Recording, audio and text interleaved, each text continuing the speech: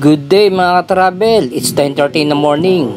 Ang ride ko ngayon, pakibiyang ako. Solo ride tayo ngayon guys. Tirik na ang araw guys, nang nag-ride out ako sa bahay. Almost 9:30 na rin ng umaga. Ito ang kagandahan sa solo ride guys, wala kang inintinding time limit. Ikaw ang masusunod sa pacing mo. Wala kang inintinding iintayin o anuman. At dito nga sa likod ko, bigla may dalawang kabataan na sumusunod sa akin. Kinausap nila ako sa dalawang ride ko at sabi ko pakibiyang ako, solo ride. At nagsabi sila na kuya baka pwedeng sumabay. So dito hinayaan ko lang sila, tumango lang ako. Hinayaan ko lang silang sumunod sa akin. Pero nalaman ko na mga newbie pala to guys. First time nila maglo-long ride at wala silang idea kung saan ang kibiyang. Nagsabi sa akin yung kasama niya na nagugutom daw. Kaya naghanap ako ng makakainan. Pero nagsuggest ako kung saan maganda kumain. Kaya ang ginawa namin dito ay nag-refill na lang sila ng maiinom. Ganun din ako.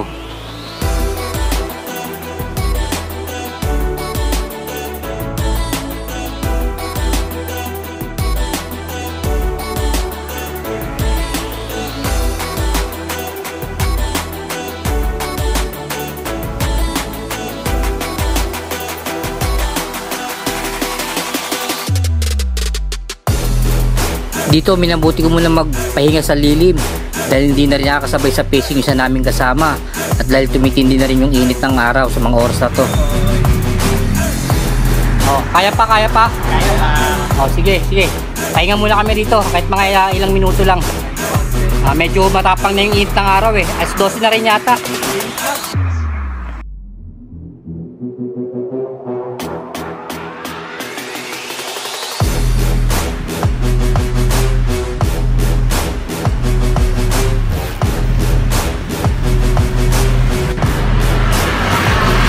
Guys, kain muna kami rito. Medyo gutom na rin itong dalawang to. Saka ako, nakakagutom na rin. Guys, kumain muna kami. Alas 12 na rin kasi. Medyo nakakagutom na. Ayan o.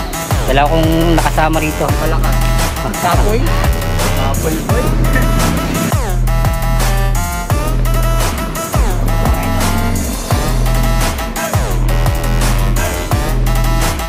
Sir, ano nga pala pangalan mo sir? Freddy po, Freddy. Freddy? Apo. Nice to meet you sir, Freddy. Ikaw sir? Lawrence po. Lawrence? Apo. First time nyo pareho? Apo, first time. First time nila, mga newbie to. Pero malalakas. Ito yung unang ahon sa, sa papuntang Kibyang. Nasa Ternate na tayo. Medyo ito yung para sa akin ito yung pinakamahirap. Yung mga susunod dyan, banayad na pero magnetic kasi rito eh. Kaya kahit banayad yung mga ahon na susunod, para kang hinihila pa baba. Sige sir, good luck sa atin. Good luck po. Ay yung dalawa first time nilang aahon. Nung unang ahon ko rito, suko ko eh.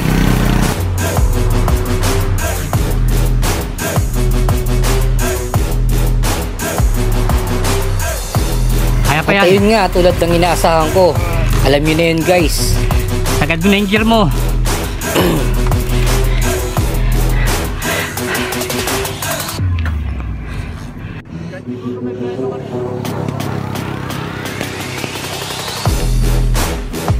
Mahirap talaga ang Kibyang ride guys. Kahit ako nung umpisa ko rito, puro tulak ako eh. Kahit maraming beses na ako nakapanik dito, mahirap pa rin talaga. So talagang tiyagaan dito, lalo na mga newbie, talagang aaray dito. Sinantay ko yung mga kasama ko eh, yung dalawang newbie. Natin kung nasaan na sila. Ayun, yung dalawa. Kuya na lang tawag mo sa akin. Ayun, dito kami sa Korean and native cuisine. Dito ko nag-stop over. Ano, kaya pa? Kaya pa. Okay, pahinga muna. Nandito kami ngayon sa taas ng Ternate. Ganda, no?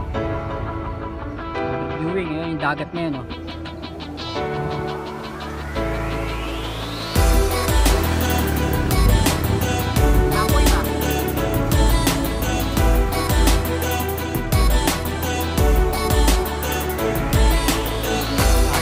Muna, E3.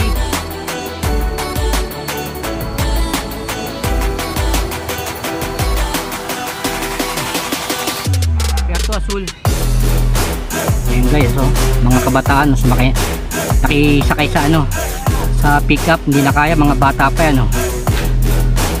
Ay, sa pagpapakita yan talaga mahirap din ang Kibyang Tunnel punta. Nakisakay sila ganun dito.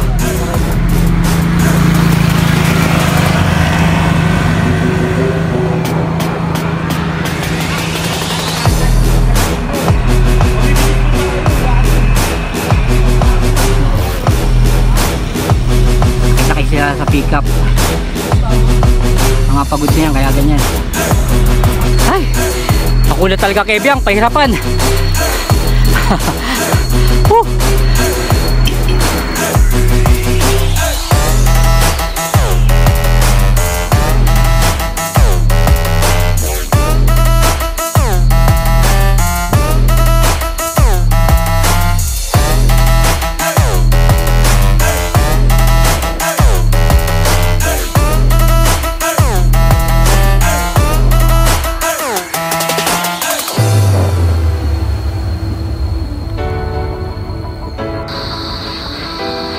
Vlog.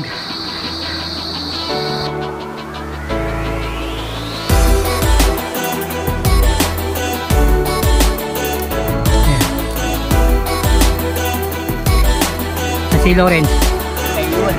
Tayo natin. Masaya, pahinga muna sandali. Dito muna, dito. Ayan. Ayun, dito bigyan ko sila ng time para makapagpahinga. Kasi kahit di nila sabihin, alam ko nahihirapan sila at pagod na.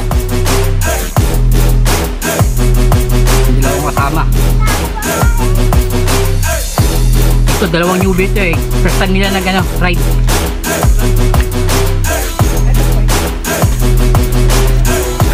O, pahinga mo na.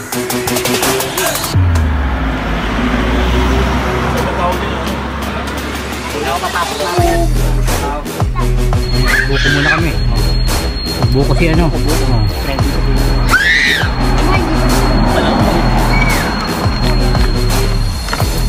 Oh, mga sir. Ride out na tayo ah. Gagabi tayo. Okay na? Okay, tara, let's go. So guys, kakaliwa na kami dito. Kaliwa! Dito pagkaliwa mo, dire-diretso na yan hanggang Kibyang yan, puro lusong na rin yan.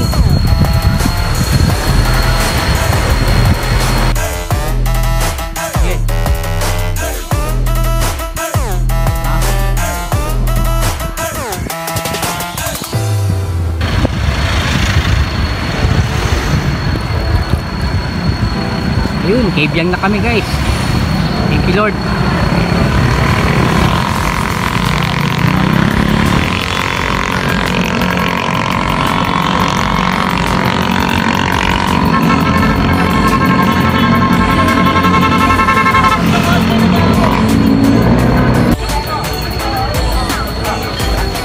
Sir, kaway-kaway sir. O, ingat ha, ride safe sa inyo, ride safe. Mga taga San Pablo, Laguna. Ingat kayo, ingat.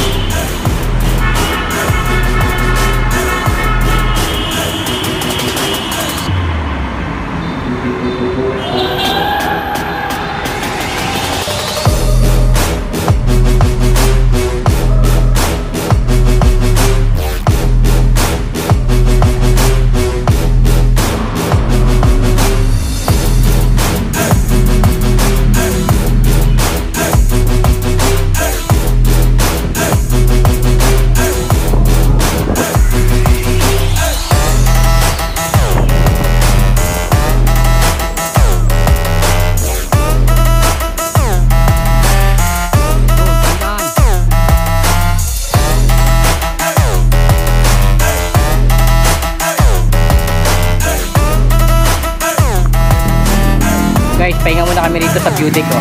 View deck kami. Ayan, oh.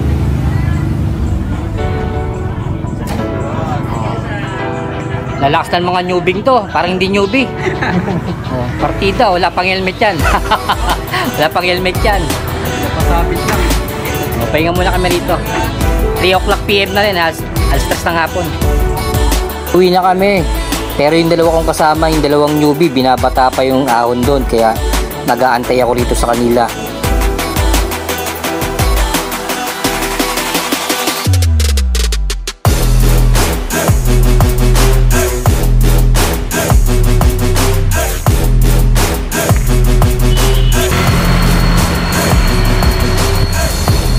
Mga sir, chap-chap lang, kaya-kaya yan. Tara. Uwi na kami guys. Guys, dito muna ako, magkantay ako sa kanila. Tingin ko lang. Dito nagpahinga muna ako para antayin na rin yung dalawa. Masakit na rin yung mga katawan ng dalawa eh. Nagsabi sa akin kanina, so aantayin ko muna sila rito. Pauwi na rin kami nito guys.